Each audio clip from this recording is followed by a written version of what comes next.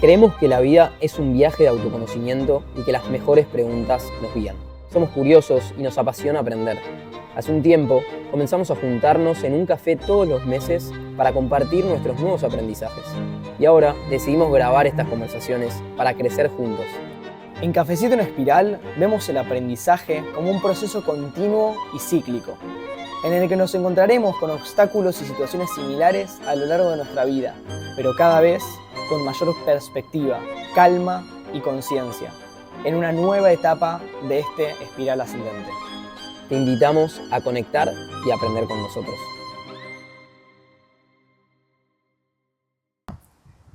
Bueno, comenzamos capítulo Cafecito en Espiral, sexto episodio, con el viento que nos acompaña. Sí, gracias viento por empezar justo cuando empezamos a grabar, ¿eh? Increíble. Se viene el viento, se va la luz, momento perfecto para terminar la primera temporada de Cafecito en Espiral. Ahora pensamos que los siguientes episodios, o al menos algunos de ellos, sean con invitados, que ya verán cuáles se vendrán. Así que muy contento, hoy estamos en la Casa de Impacto, que es un proyecto que tenemos con Mati, Más Emprendedores, donde básicamente emprendedores de impacto social y ambiental co-trabajamos y co-vivimos juntos, hacemos eventos, fiestas, cositas hermosas, así que estamos hoy en día desde la casa. A mí me gusta titularlo como el Antesana 247 para emprendedores, que fue la mansión de Duki, Easy y Neopistea, en donde se juntaron a vivir juntos y ahí como que hicieron sus mejores álbums y hoy es como un punto cultural que se genere algo similar desde el lado de emprendedores y emprendedoras de impacto, generando cultura de emprendedurismo de impacto y haciendo fiestas en el proceso y pasándola lindo. Bien, ¿querés que arranquemos? 100%, arrancamos, tenemos un montón de aprendizajes interesantes. Puedo empezar contando, o sea, muchos de mis aprendizajes de hoy van a estar ligados a aprendizajes budistas que estuve teniendo en este último mes a partir de un retiro de silencio budista con una maestra que hice, que nos dio un libro también que se llama Los aprendizajes del Buda, las enseñanzas del Buda. Entonces fui aprendiendo un par de cosas de eso y después ese finde me terminó de sacar mucha data interesante, así que voy a estar compartiendo un poco. Y para empezar quería empezar con uno puntualmente, porque siento que va a estar buenísimo incluso para quien esté escuchando este podcast, para nosotros en cualquier aprendizaje que tengamos, verlo de esta manera, que es que el budismo tiene algo que me pareció muy interesante, que dice que la fe y la confianza es algo muy importante en el budismo, pero no lo ven como una fe o una confianza ciega. No tiene que ser una fe o una confianza ciega, sino tomar a la fe como una hipótesis de trabajo. ¿Qué quiere decir esto? Es una hipótesis de trabajo que se va confirmando cada vez más según actúo acuerdo a ella con el tiempo. Entonces es tener la confianza y la fe suficiente para ver esta enseñanza y todas las enseñanzas que dejó el Buda luego de su despertar. O sea, las enseñanzas del Buda están alineadas a que podamos encontrar una felicidad que no muere, una felicidad constante. Y un poco parte de la base es decir que todos nuestros sentidos y que todo lo externo, incluso nuestras emociones y nuestros sentimientos, no son constantes, fluctúan, varían constantemente. Entonces, si nuestra felicidad depende de ellas, de nuestras emociones, de las cosas externas que pasan, de nuestros amigos, todo, de ahí un poco subyace como el sufrimiento. Entonces, él se empieza a plantear como, no quiero encontrar una felicidad que sea constante, que no dependa de todo esto. Entonces, a partir de eso, desarrolla un montón de enseñanzas para poder tener una guía hacia todas las personas que quieran encontrar esa felicidad constante. Yo me considero una de ellas. Por eso me interesó mucho como aprender tanto sobre esto, que es nada, digo. Nuestra maestra lo primero que nos decía era como, lo primero que tienen que confirmar es que no saben nada. Y a partir de ahí empezar, ¿no? Y constantemente confirmarlo. Pero esto de que, confía, como tener confianza en, por ejemplo, en todas estas enseñanzas, pero que no sea una confianza ciega de que porque Buda lo dijo y a él le funcionó, a mí me va a funcionar, sino tomar esa confianza como una hipótesis de trabajo, y ese trabajo va a ser mi práctica de meditación, de todas estas enseñanzas, y ver qué me pasa con esto. Y para mí está buenísimo, porque muchas veces en cualquier aprendizaje o en cualquier cosa que podamos aprender, como que viene quizás ese escepticismo, trabas, dudas que nos hacen quizás ni empezar, o una fe ciega que tal vez no nos, como en algunos casos nos puede servir, pero en otros casos puede hacer que incluso caigamos en la automatización de la práctica, mientras que acá es como, no, bueno, voy a confiar lo suficiente para probarlo y voy a estar todo el tiempo observando cómo esto me funciona y lo voy a comprobar conmigo mismo, como también esto que hablamos mucho de self-experimentation. Y me gustó mucho esta frase de fe como hipótesis de trabajo. Claro, como que en cualquier cosa de la felicidad un poco lo que charlamos es que no hay como una fórmula secreta que es aplicable a todos, entonces me imagino que hace mucho sentido por eso bueno, es también ir viendo cómo cada herramienta de ese tipo manualcito te va sirviendo a vos en el día a día, capaz hay una que no te sirve nada, una que te sirve un montón, etc. ¿Cómo es ese manualcito? ¿Qué es lo que, o sea, qué cosas implementaste o pudieron trabajar de eso? Bueno, o sea, ese manualcito es toda una religión que se llama budismo, o no sé si es una religión, como, no sé los tecnicismos, ¿no? Pero digo, debe haber muchísimas cosas y estoy lejos de ser experto. Sí traje como para compartir hoy las cosas que a mí personalmente me fueron sirviendo,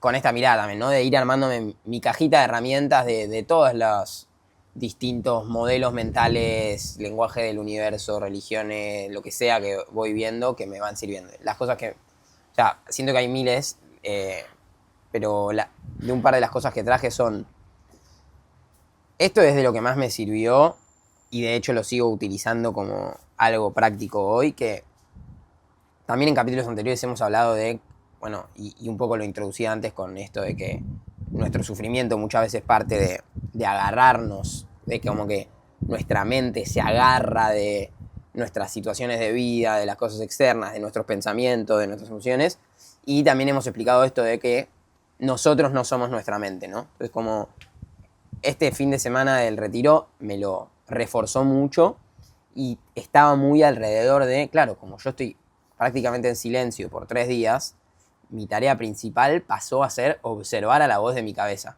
y empezar a desidentificarme con ella. O sea, si yo la puedo observar, yo no soy esa voz que me está hablando.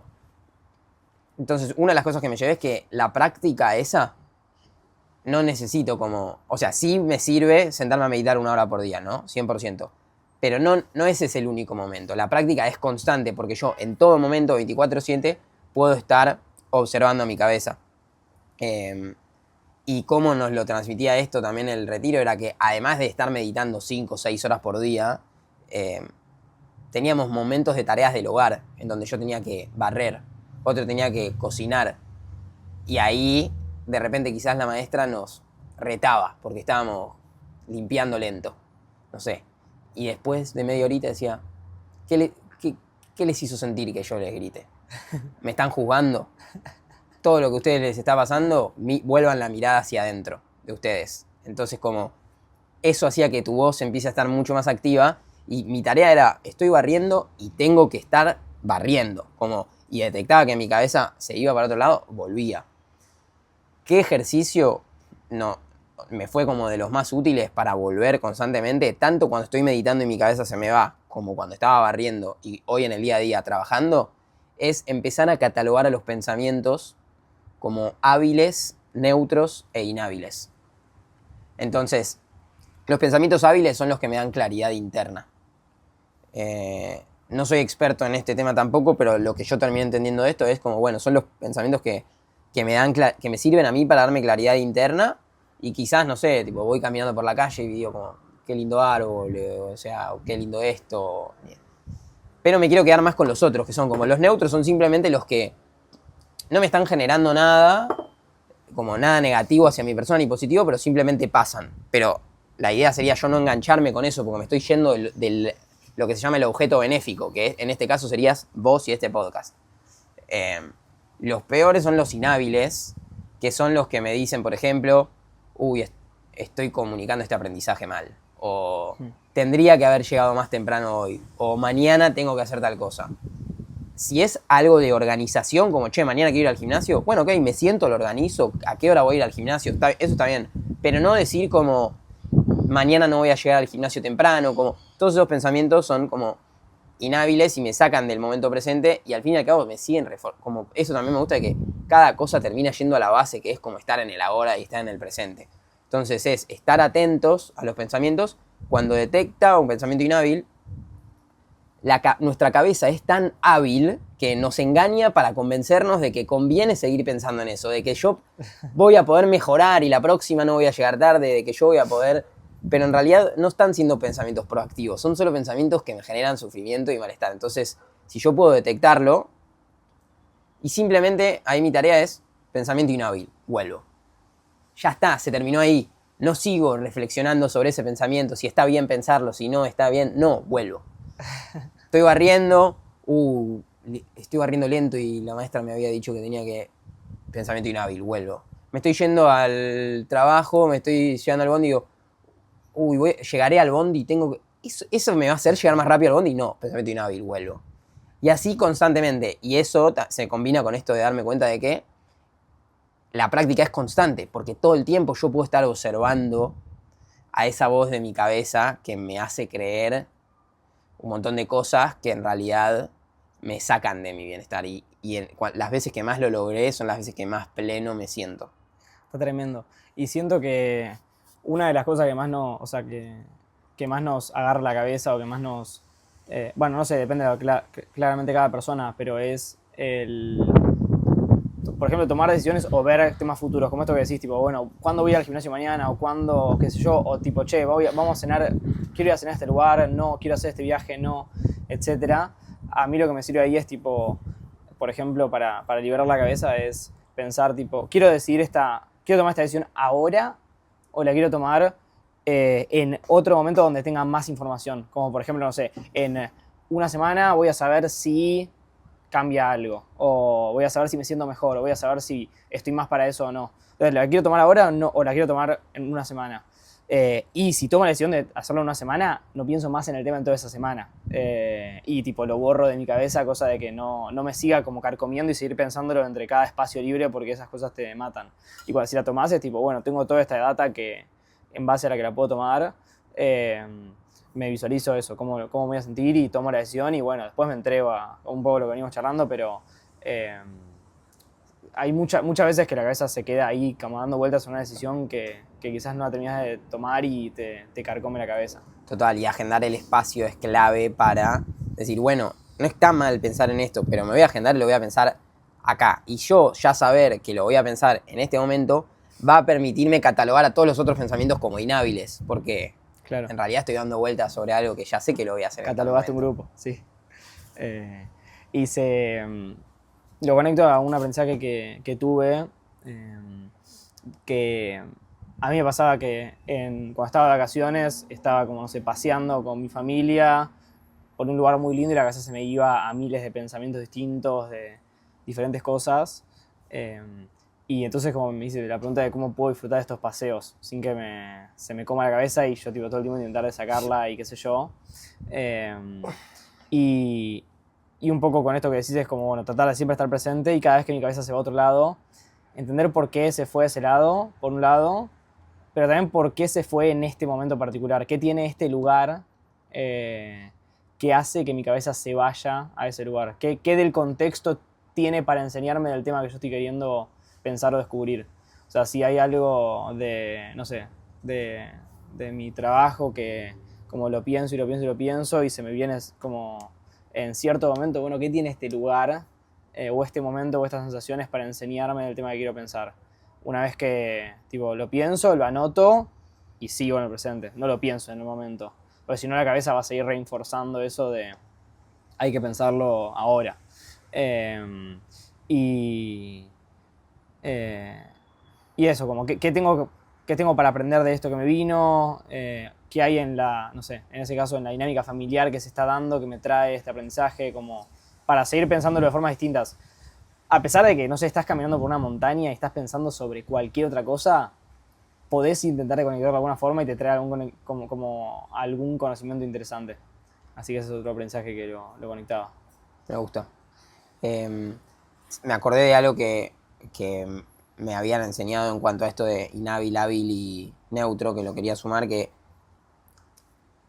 no solamente está bueno poder catalogarlo y volver rápido, sino también intentar de atravesarlo por el cuerpo. Como si se me están viniendo pensamientos inhábiles, o algo eso que te revuelve así, algún pensamiento que me estrese puntualmente y que veo que se me está apareciendo, respirar, si puedo en ese momento frenar, o sea, si estuviese en la meditación haría lo mismo, pero ya estoy frenado y simplemente voy a respirar y ver y hacerlo, pero incluso si estoy en la calle, como frenar un toque y intentar como localizar dónde siento eso en el cuerpo y como dejarlo pasar y seguir.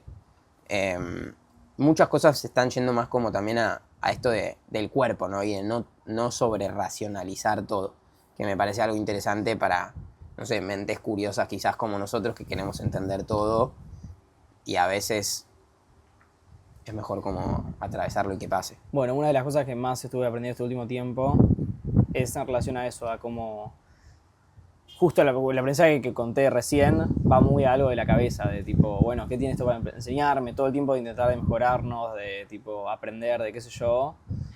Y a veces como simplemente, bueno, mi cuerpo se siente así, acepto que se siente así, no sé, con ciertas cosas y lo acepto, me siento, lo atravieso y lo dejo ir. Y lo pienso quizás en otro momento que quiera pensarlo, pero si siempre intentamos o sea, por lo menos lo que me estuvo pasando a mí, si todo el tiempo intento aprender de todo, mi cabeza termina como yendo muy a mil y como mameándose y metiéndose siempre en la misma de intentar de descubrir algo cuando, bueno, es como, bueno, el cuerpo siente esto y aceptamos que el cuerpo siente esto y lo transitamos y lo dejamos que vaya. Me encanta. Me hiciste acordar una frase de un libro que leí una vez que me encantó, que decía que la razón por la cual nuestra cabeza nos vuelve tan locos es porque le dimos la tarea de ser perfectos y es imposible. Y entonces siempre va a estar como tratando de lograr eso que es imposible y me parece, no, se me vino a la cabeza esa frase que me parece que está muy buena. Bien. ¿Seguís vos o yo? Me maría ella. Bueno, si querés sigo yo. Dale. Voy a ir con este que también lo conecto un poco a lo que venimos charlando. En un momento hablaste de esto de que sufrimos por apegarnos o arraigarnos a ciertas como creencias o cosas. Y como algo que estuve pensando es aprovechar los momentos de cambio para descubrirnos. O sea, para muchos los procesos de cambio suelen ser como muy difíciles o no estamos acostumbrados a una nueva forma de hacer las cosas, ya sea como una nueva rutina, un nuevo grupo de personas,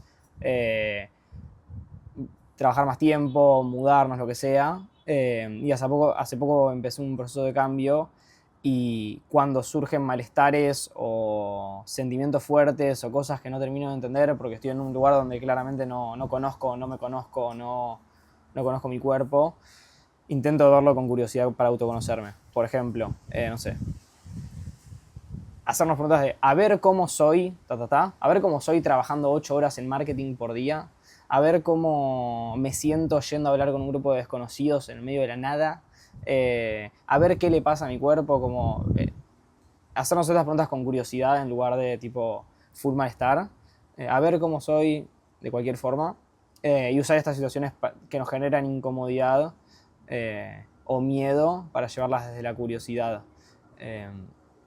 Es una forma mucho más linda de ir entendiendo el cuerpo también.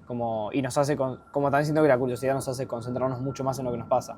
Pues como nos invita a pensar mucho más cómo se siente el cuerpo y a no cargarle ninguna, como, no sé, por ejemplo, si tengo que trabajar 8 horas en marketing, mi cuerpo se siente mal, tipo, no siento que estoy consiguiendo los resultados, bueno, como sin ponerle peso, bueno, así me siento trabajando 8 horas por día en marketing. Tipo, capaz no es lo que es para mí, que no está ni bien ni mal. Y como el verlo con curiosidad siento que le saca ese peso también al resultado. Me gusta. Mi psicólogo veníamos trabajando algunas cosas para poder aliviar justamente a esa voz crítica de mi cabeza que a veces me exige y también detectando esto de que la mayoría de las veces que esta voz de mi cabeza, cuando se pone en el modo crítico,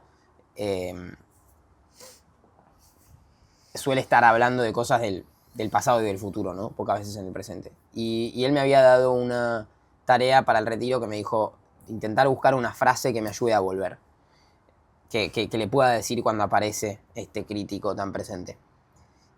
Y estaba en un momento del retiro, todavía no había, se me habían aparecido distintos insights, pero no todavía esa frase, y de repente viene una persona que era partícipe del retiro y me dice, disculpa, ¿puedo romper el silencio un segundo?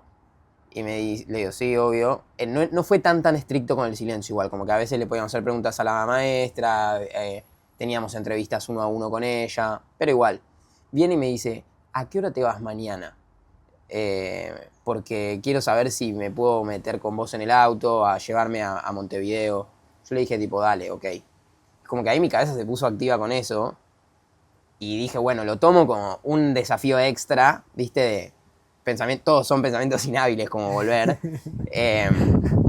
Pero sí, ahí mi cabeza se empezó a pensar si iba a llegar o no al ferry que yo me tenía que tomar. Porque estaba justo de tiempo, ¿no? Y bueno, lo dejé ir. Y al otro día, de repente, cuando ya podemos hablar, dice que... No, antes de poder hablar, no sé qué, me entero de que él se iba a ir al final con otro auto. Y como que ahí me cayó la frase de confiar y dejar ser. Que, o sea, primero como que pensé, qué loco, como muchas veces, literalmente, o sea, o lo iba a llegar o no lo iba a llegar, o iba a llegar, pero nada iba a cambiar de todo lo que yo reflexione sobre si iba a llegar o no y todo eso.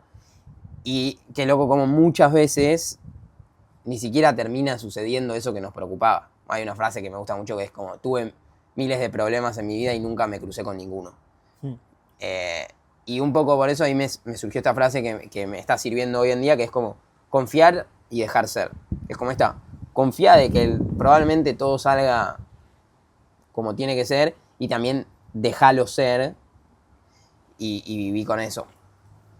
O sea, lo resentí eso también ahora estuve como un mes en Estados Unidos y me repasó que en mi cabeza el mayor sufrimiento fue de pensar el momento donde iba a llegar el evento de mayor estrés. Fue como el mayor sufrimiento, el mayor estrés, la mayor ansiedad fue tipo antes del evento. Fue tipo el pensar, uy, falta todo esto para volver a Buenos Aires, falta todo este esfuerzo emocional, todo. Y cuando llegué al evento, como sí, fue un gran esfuerzo, fue una conferencia, pero también algo que me sirvió mucho en el momento fue tipo preguntarme, si pudiera irme, ¿me iría? Y la respuesta era no, como que no, estoy acá, muy interesante todo lo que se está hablando, tipo muchas oportunidades, como no me iría. Entonces cuando como mi cabeza de alguna forma fue como, estoy eligiendo estar acá entonces. Y cuando estoy eligiendo estar acá ya está, es como perfecto. Y fue muy loco como una vez que ya estaba en el lugar, el malestar de estar ahí era mucho menor que el malestar de estar pensando que iba a llegar el momento de estar ahí. Así que sí. Muy loco. Y después hice un ejercicio espectacular que se los recomiendo a todos. Si siguieron Cafecito en Espiral de forma religiosa e hicieron los aprendizajes, en el primero hablamos de journaling, de básicamente escribir todos los días. En mi caso vengo ya racha de 7 meses de estar escribiendo, aunque sea 5 o 4 veces por semana. Y fue de las cosas que más me enseñaron como de estos últimos meses. Increíble todo lo que me enseñó. O sea, voy hasta mis sesiones de terapia y como me anoto ciertas notas de mi diario para contarle de cómo me sentí o ciertas situaciones. Y algo que me pareció increíble fue que descargué todos esos 6 meses. Para los que les sirva, uso una aplicación que se llama Diario de Apple. Tiene la opción de descargar todo el diario. Descargué 6 meses de diario y se lo pasé a ChatGPT. No sabía qué preguntas hacerle, entonces simplemente se lo pasé y esperé a que me diga algo. Y me dijo, espectacular, ¿qué querés? ¿Ver los mejores momentos de tus 6 meses? Identificar patrones emocionales repetidos o comportamientos repetidos. Hacer como, no sé, me dio un montón de cosas increíbles. Yo digo, quiero todo. Y fui tipo uno por uno. El más interesante por lejos fue patrones emocionales repetidos, que es como eso, qué cosas se te siguen repitiendo en el día a día, en el semana a semana, que te generan algo como unas emociones negativas. Y me enseñó un montón, o sea, no voy a ir como uno por uno de lo que aprendí, pero todo ese... Y después, claro, lo hablé con mi psicólogo y es un poco también lo que claramente venimos viendo, pero como bajarlo a...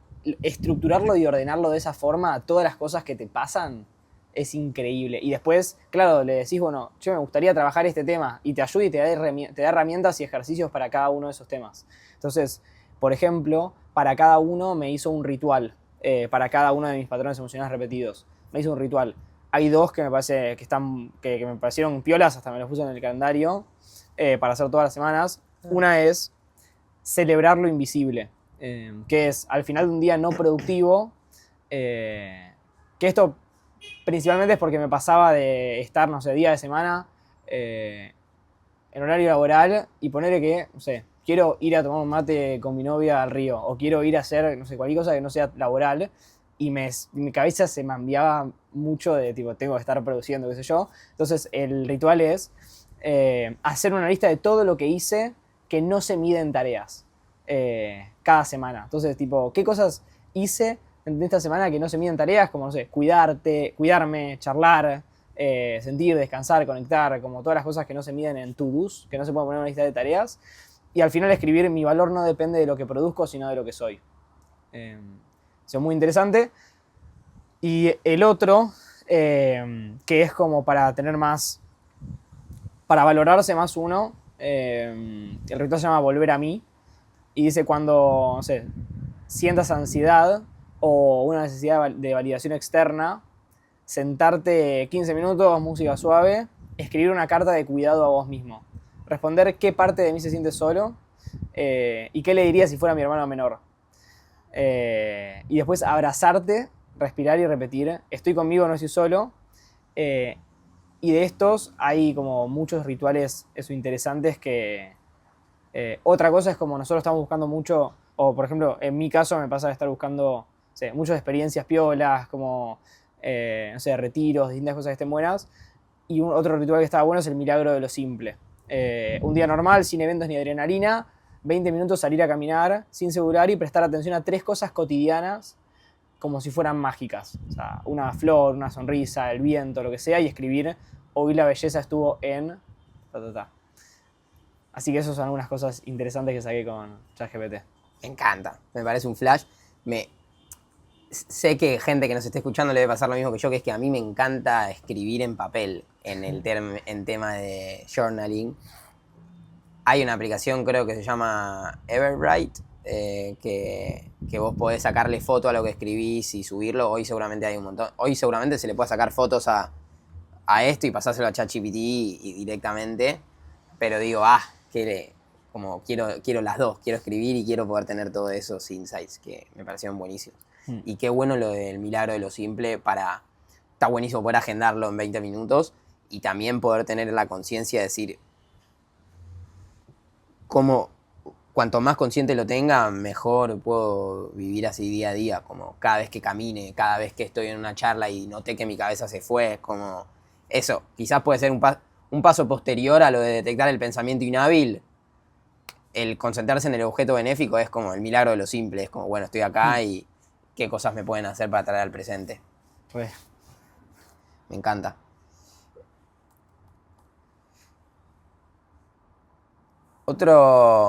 Esto lo empecé a introducir un poquito antes, cuando decía lo de que nuestra mente se agarra de las condiciones externas.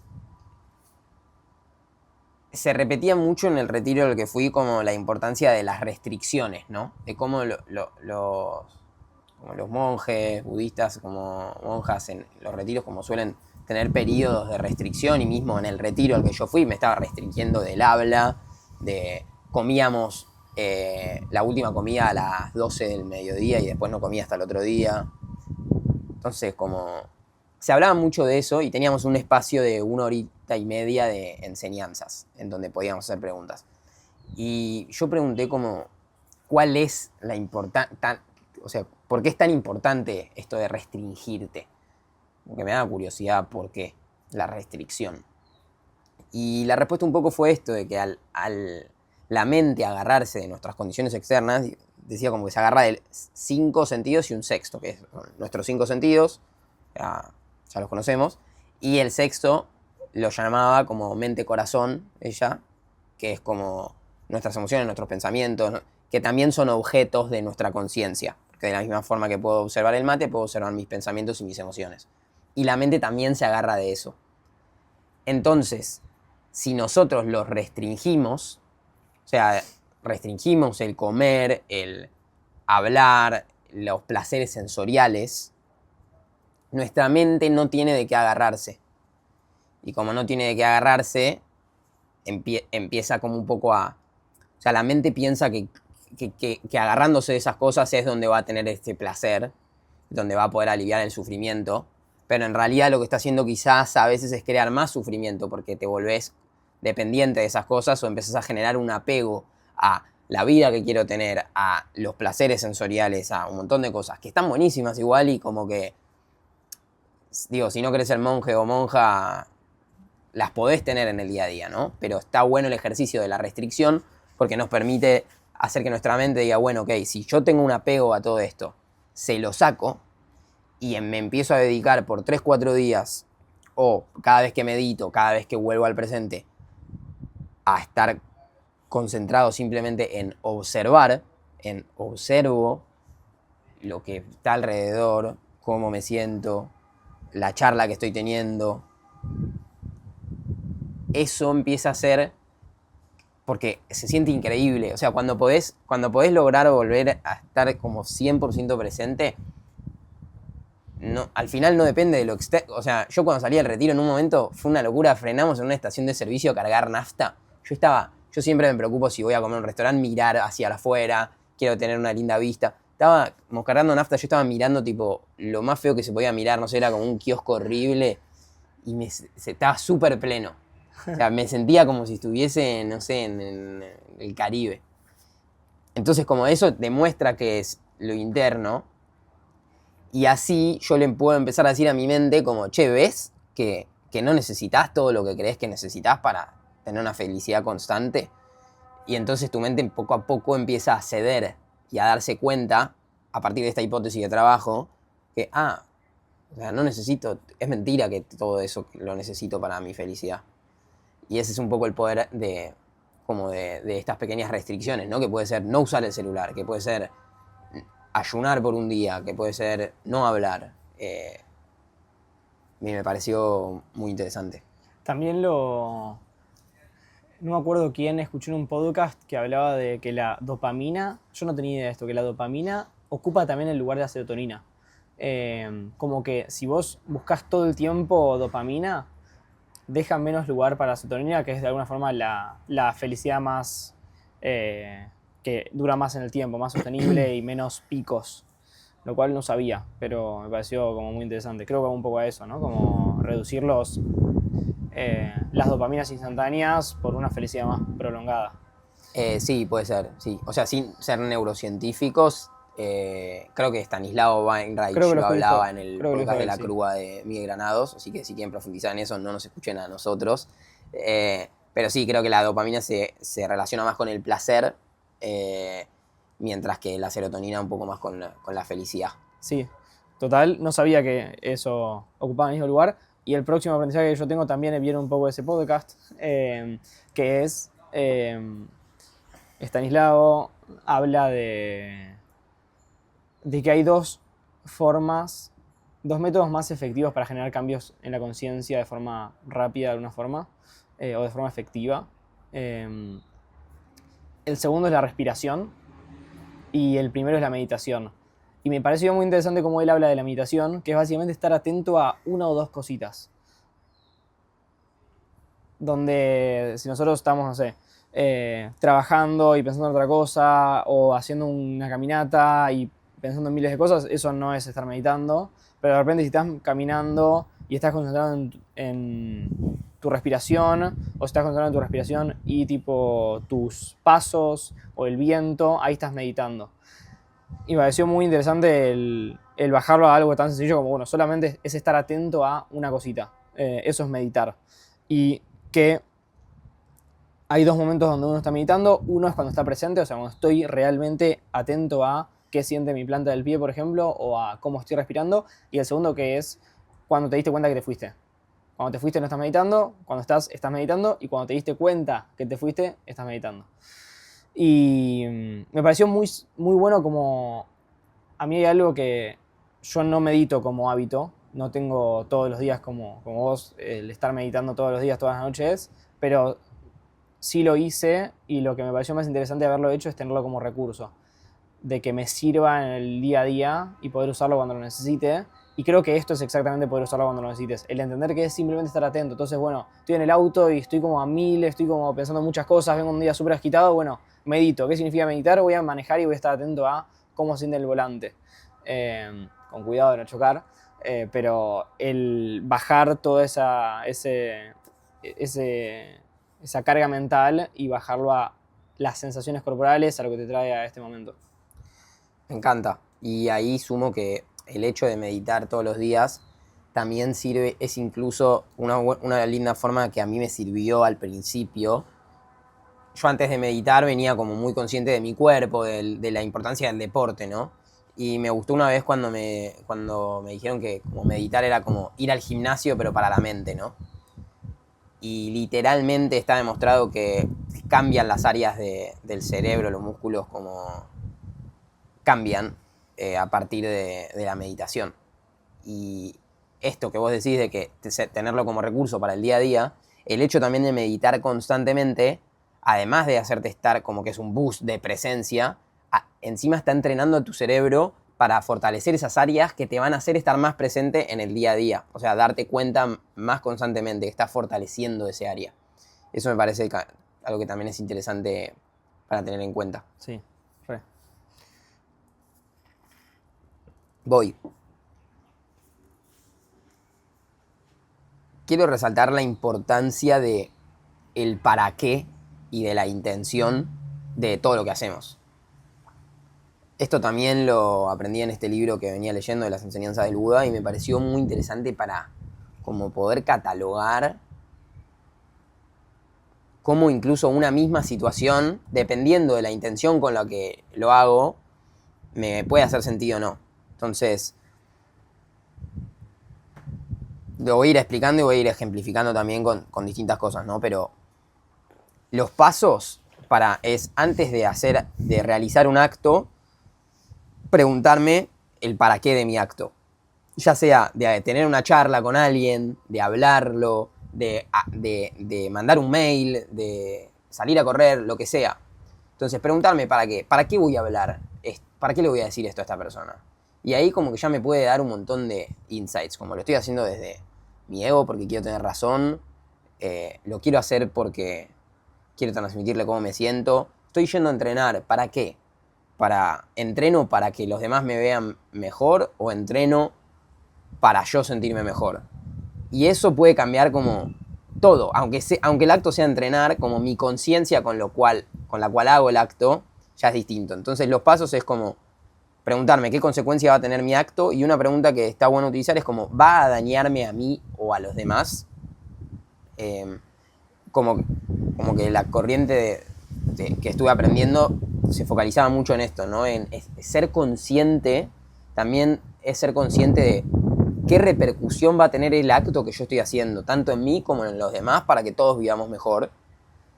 Y eso es antes, ¿no? Pero después, una vez que lo estoy haciendo, que ya empecé a hacer ese acto, ya puede ser, no sé, crear un negocio, lo que sea, ya estoy haciendo esto. Preguntarme, ¿cuáles son las consecuencias que está causando esto? Para poder estar atento y ajustarlo también. Y si ya lo hice y ya pasó, evaluar cuáles fueron estas consecuencias y ver si hice daño a alguien o a mí o a otra persona para no repetirlo, y si no, continuar haciendo eso. Y como al principio me pareció un poco, apenas lo leí me pareció un poco obsesivo, como que voy a estar preguntándome para qué constantemente, el antes, el después, como ya está, viví. Pero después entendí, incluso hasta con algo que creo que mencionamos el otro capítulo, el capítulo pasado, de que la intención es como casi todo. Y ahora en otro aprendizaje que voy a contar después, también esto se va a reforzar. Pero la vez pasada, ponele, habíamos contado esto de la abundancia que estábamos hablando, ¿no? Y que yo mencionaba que vos te podés comprar como te compras un reloj. Si vos te lo estás comprando para mostrarle a los demás lo abundante que sos y tal vez no estás siendo tan abundante, o si vos estás comprándolo a los demás para mostrarle que vos tenés más, bueno, el para qué de esa intención está definiendo el acto.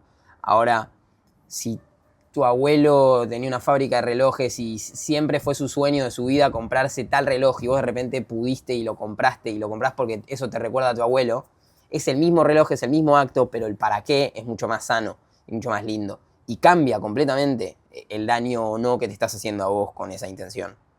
Y ahí como que reforcé esto que había leído antes y dije, ok, entiendo el porqué de preguntarme las consecuencias de mis actos constantemente y las intenciones. También supongo que refuerza el poder de la manifestación, como el, bueno, manifiesto lo que quiero generar, o a dónde quiero llegar, o lo que quiero sentir, etc. Y me fijo si en mi día a día las cosas que estoy haciendo van en línea a eso, o si la intención de la que estoy haciendo van de alguna forma a ese objetivo final, ¿no? No sé si lo conectaste en algún punto. No lo había conectado, iba por otro lado, pero ¿me querés explicar mejor así? No, como supongo que si estás todo el tiempo atento a por qué estás haciendo cada cosa de la que haces, no sé, por qué voy a hablar con esta persona, por qué voy a dar esta charla, por qué qué sé yo, te estás de alguna forma preguntando bueno, ¿a dónde quiero llegar con esto? Y el a dónde quiero llegar con esto también es como, bueno, un poco lo que manifestás, si manifestás, es a dónde quiero llegar, cómo me quiero sentir y ver si cada intención de lo que haces en el día a día está alineado con esa visión futura. Sí, totalmente.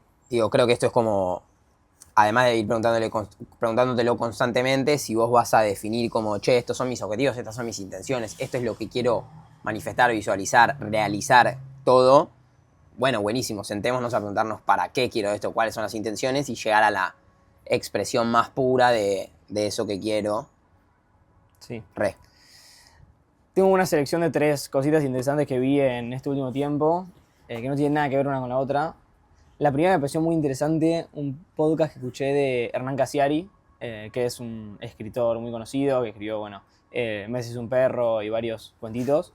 Escribió más de 1000 cuentos y habla de que, bueno, mucha gente te dice, o sea, habla de la creatividad. La creatividad como consejo es pésimo, o sea, es muy poco accionable. Yo no te puedo decir sé más creativo, muy complicado que vos puedas accionar en base a eso. Entonces define un poco qué es la creatividad. Y me pareció muy interesante, para él la creatividad es observación y curiosidad. Donde, por ejemplo, bueno, estoy yendo en el colectivo, observo qué está alrededor y me pregunto cosas sobre el alrededor. O sea, se sube alguien al bondi, al colectivo, y como la miro, me pregunto de dónde viene, de dónde puede venir, qué puede estar queriendo hacer, qué problemas puede tener, y empezar a hacerse historias con eso. Eso es un poco la creatividad. Desde eso, para armar una historia, hasta me imagino cualquier cosa, estar como observando que también es, todo llega a lo mismo, ¿no? Vuelve a ser tipo estar en el presente, como vuelve a ser observar qué está pasando a mi alrededor, no estar pensando en otra cosa, observar todo con curiosidad y empezar a hacer historias con eso. Y eso es un poco ser creativo y dejar que esa curiosidad fluya. Sí, me parece interesante. Segunda cosita, voy a decir rápido porque a mí me está costando todavía implementarlo, pero Tim Ferriss, que es uno de mis mayores ídolos, hace algo que se llama Make Before You Manage, que es como hacer antes de manejar, donde básicamente significa siempre empezar el día avanzando aunque sea 1 milímetro en la dirección que querés ir. Después responder mensajes, después meterte en el día a día de reuniones, etc. Pero lo que él hace, por ejemplo, todos los días es empezar siempre dedicando 2 horas por día cada mañana antes de responder mensajes o antes de meterse en cualquier cosa. Y a pesar de que sea difícil de implementar, por lo menos a mí me cuesta implementarlo como hábito, está bueno siempre tenerlo en cuenta de que esto es lo que hace la gente como la gente muy productiva, siempre se puede dejar estos momentos de bloque, de foco, para avanzar a donde quiere llegar. Y me parece interesante siempre tenerlo en cuenta. Y acá volvemos a que no hay camino correcto, sino bueno, agarrémoslo como hipótesis de trabajo, probémoslo y veamos cómo nos funciona. Es algo que a mí también me cuesta, pero las veces que lo hice me sentí mega productivo. Sobre todo si digo como, es esta tarea, si solo hago esta tarea en el día, o sea, si solo tengo una tarea para hacer, ¿cuál me haría sentir más satisfecho de mi día? Y si la hice en esas 2 horas, es como, de ahí en adelante, sí, estás hecho. Y descomponer como cuáles son las cosas que no nos permiten, por ejemplo, a mí no me permiten el dedicar estas 2 horas al principio del día, como por ejemplo, es que quiero que el equipo me vea que empiezo a trabajar hiper temprano y por eso respondo mensajes antes. No, le voy a avisar a mi equipo todas las semanas que voy a dedicar 2 horas a la mañana y los invito a hacer lo mismo, a no responder mensajes las primeras 2 horas, porque sé que es algo que sirve a nivel empresa.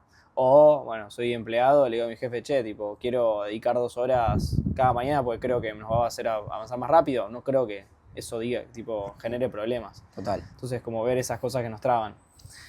Y el último rápido es que la zona del genio lo vi en una masterclass en un programa en el que estoy, que es como buscar cuál es tu zona de genio, que es básicamente como qué es lo que mejor haces, qué es lo que mejor haces y a lo que lo que deberías estar haciendo la mayor cantidad del tiempo.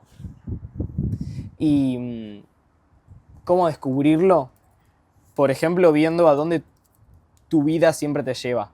¿Qué es lo que naturalmente terminás haciendo en equipos, en vínculos, en círculos? ¿Qué es lo que vos terminás? ¿Cuál es el rol que terminás teniendo? O también, ¿qué te gustaba hacer cuando eras chico? ¿O qué lugares o actividades son fáciles para vos y para el resto no? Y estar atento también a lo contrario, como qué son las cosas que a mí me cuestan mucho, me sacan mucha energía de las que estoy haciendo, para intentar de alguna forma de delegarlas. Nada, eso es como otro puntito que me pareció interesante estar también al tanto. A mí no me queda, como siempre es difícil descubrir qué es lo que realmente mejor hacemos y cómo dedicamos la mayor cantidad de tiempo a eso y todo lo demás lo intentamos de reducir. Pero otra cosa para seguir estando al tanto. Me encanta, me encanta. Se me viene a la mente que no lo hice todavía y lo tengo pendiente, pero hacer el ejercicio de Ikigai, que es como un ejercicio japonés para encontrar tu propósito, que he escuchado que te ayuda a encontrar un poco eso. Y también yo en un momento lo que hacía era, me creé como un Excel en donde catalogaba mis tareas por cuáles me daban más energía y cuáles me sacaban energía. Y empecé a catalogar y eso después me permitía encontrar un denominador común entre esas tareas. No sé si quizás puede ser algo que también sirva a llegar a esta zona. Sí. Este es un tema bastante interesante que es rituales. Que lo has mencionado y también se va a relacionar mucho en el para qué y la intención. Que está lleno de rituales. Cuando veo rituales digo, no sé, rituales que se arman alrededor de algo religioso, rituales que se arman como un altar, tener una piedrita en el bolsillo porque es algo que te da abundancia y todo eso que se escucha por ahí es como... Estuve charlando con 2 maestras espirituales distintas y llegamos a una conclusión muy interesante, que es que lo que importa es la conciencia con la que se hace el ritual, no el ritual en sí.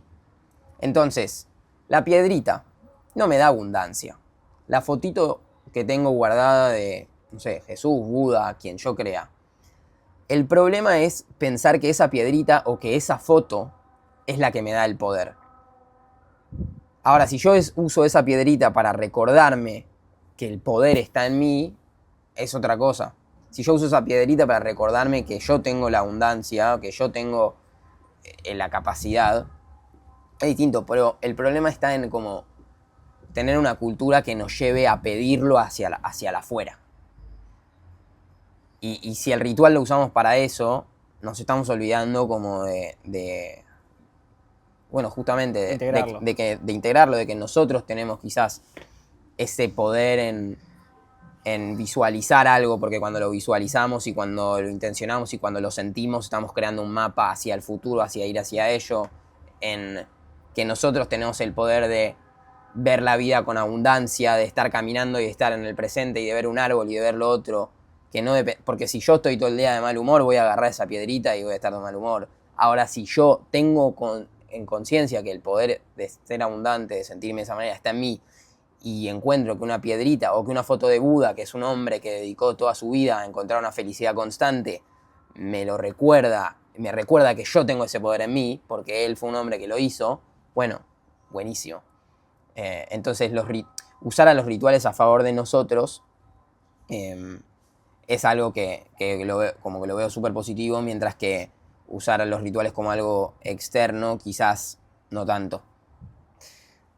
Y acá lo linkeo con algo muy como gracioso, raro, distinto que me sucedió el otro día, es que me fui a hacer una limpieza energética y fue O sea, decir que no soy escéptico y me entrego con curiosidad, pero me pasaron maíz por el cuerpo, cosas, me rompieron un repollo en la cabeza para darme claridad mental. Y digo, está bien, yo en ese momento, o sea, me puedo reír, si yo pienso que el repollo me está logrando eso, quizás como que no termine de integrarlo, pero el tipo me recordaba, esto lo hacemos como para conectar, pero como cerrar los ojos y imagínate tu cabeza que se está liberando, imagínate tu cabeza que tiene claridad mental, entonces digo, hasta me pueden romper un repollo en la cabeza, pero si a mí eso me sirve para poder conectar en ese momento, genial. Y lo mismo me recomendó para seguir manteniendo esa claridad mental, cuando me bañe me dice, vos estás limpiando tu cuerpo físico, aprovechá para limpiar tu cuerpo tipo energéticamente. Me recomendó utilizar un jabón de coco para limpiar la cabeza y me decía, pero lo que importa no es el jabón. Incluso él, que es un tipo que trabaja de romperme un repollo en la cabeza, me decía, lo que importa no es el jabón de coco. Y de hecho no lo hagas todos los días, porque se te va a volver automático.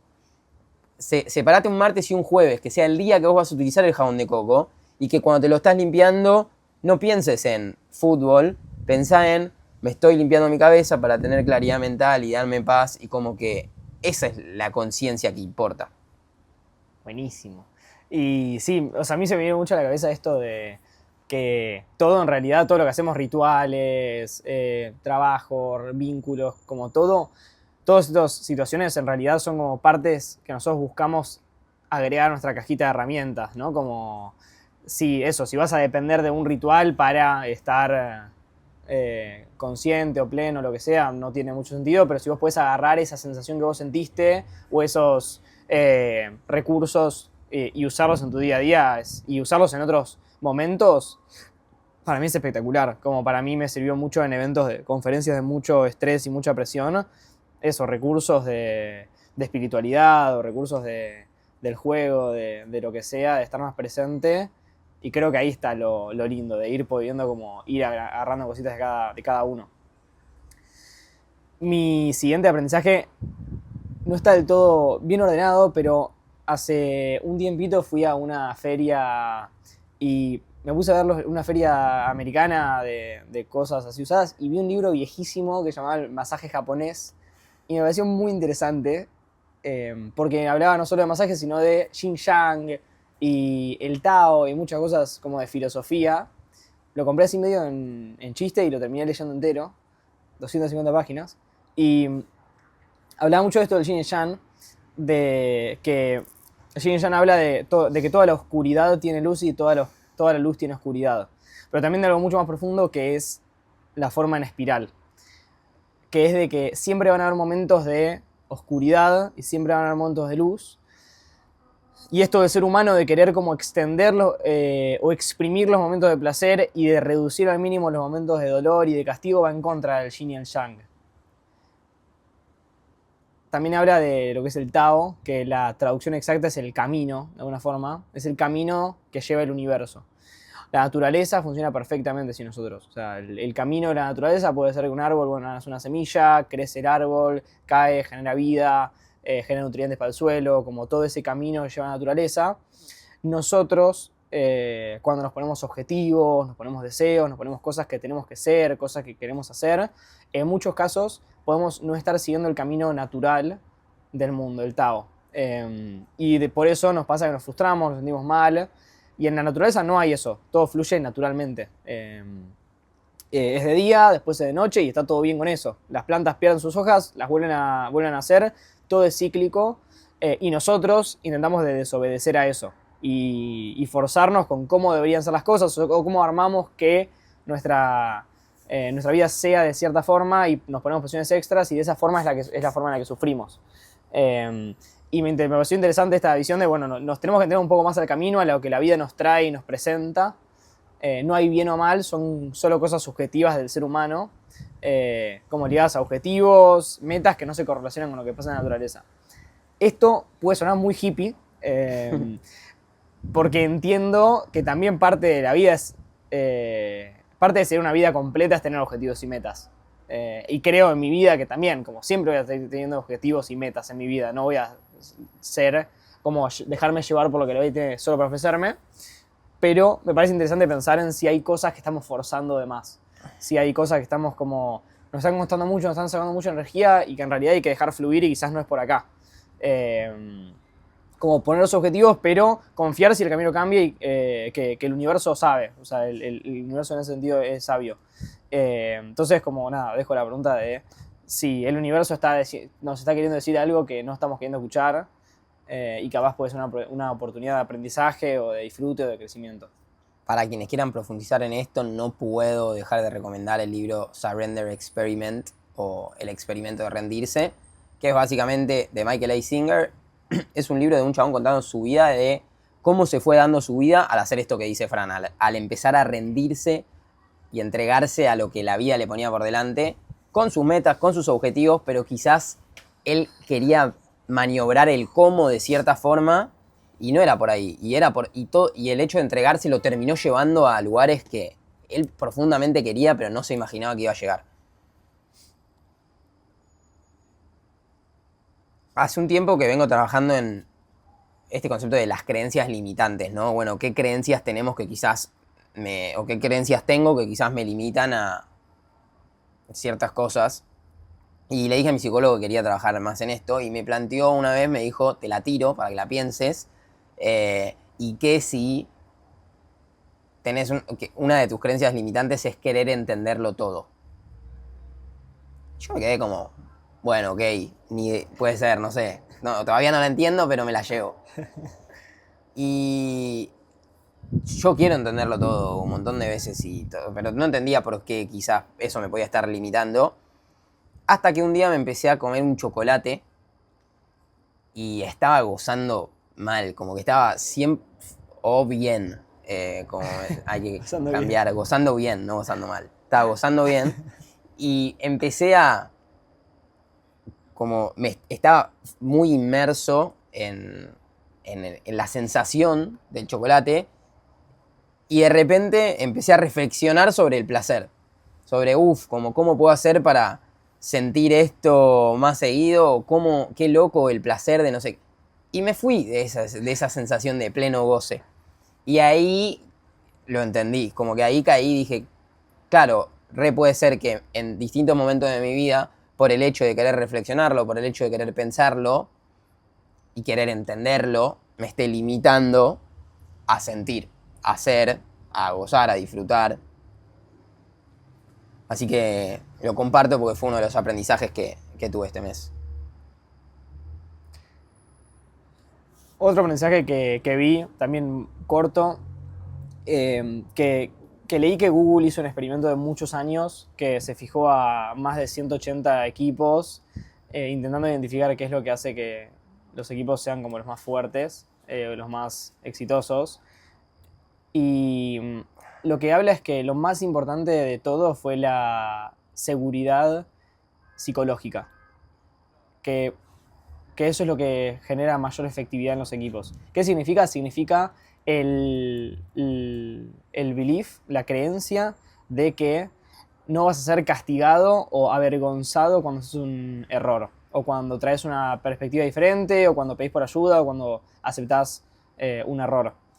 Y me pareció muy interesante porque también hace poco hablé con una persona que se dedicaba a hacer eventos y comunidades en muchos países y me dijo, la clave para generar una comunidad es que la gente se sienta cuidada, que es muy parecido a esto. O sea, el dejar el espacio para que la gente se sienta cuidada, de que puede jugar, de que puede tipo ser auténtica, de que puede generar todo lo que, puede traer a la mesa todo lo que quiera y que no se va a sentir juzgada, que no se va a sentir avergonzada, etc. Entonces me pareció muy interesante esta correlación entre qué se necesita para generar comunidad versus qué se necesita para tener un equipo efectivo, que es como va algo a lo mismo, a sentirse cuidados, a sentirse seguros psicológicamente.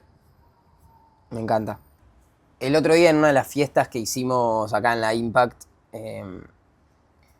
charlé con una persona que es una leyenda y estábamos charlando así de la vida y me empieza a preguntar como qué es el universo para mí y un montón de preguntas universales y de reflexión y por qué estoy acá y como que de repente le pregunté a él como bueno, ¿por qué ¿por qué crees vos que estás acá?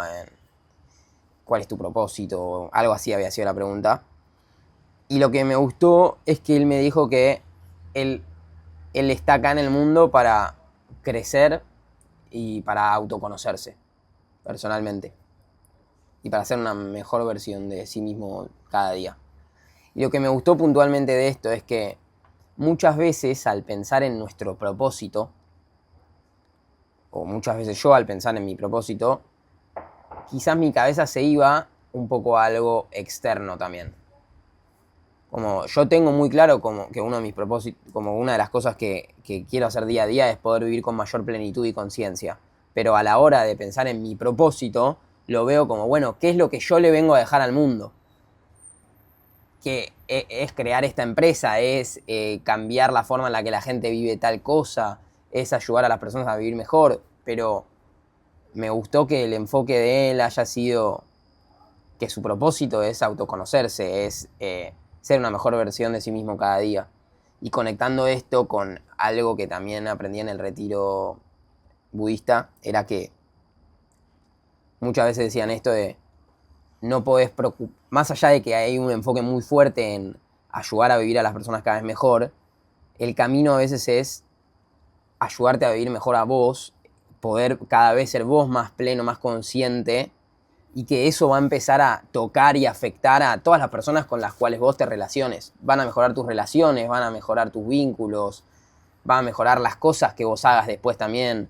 Pero el hecho de que el propósito sea interno, cuando lo escuché fue esas cosas que de repente como que me dan mucha paz y me siento como que estoy teniendo una información súper importante y relevante de cambiar ese enfoque y que realmente venimos acá a experimentar la vida y a poder vivir cada día mejor internamente nosotros mismos. Y un poco para eso hacemos este podcast, ¿no? Para compartir nuestro camino en espiral de estas ganas de autoconocernos y de vivir cada día mejor. Y qué mejor forma de cerrar la primera temporada. Como si estuviese planeado. Como si estuviese planeado. Así que así termina el primer episodio. Si tienen gente que les gustaría que invitemos a los próximos podcasts, mándenla. Invitados que podamos empezar a tener. Posibles dinámicas, preguntas. También síganos mandando sus aprendizajes. Yo les invito a elegir un aprendizaje que les haya gustado de hoy y tratar de aplicarlo esta semana.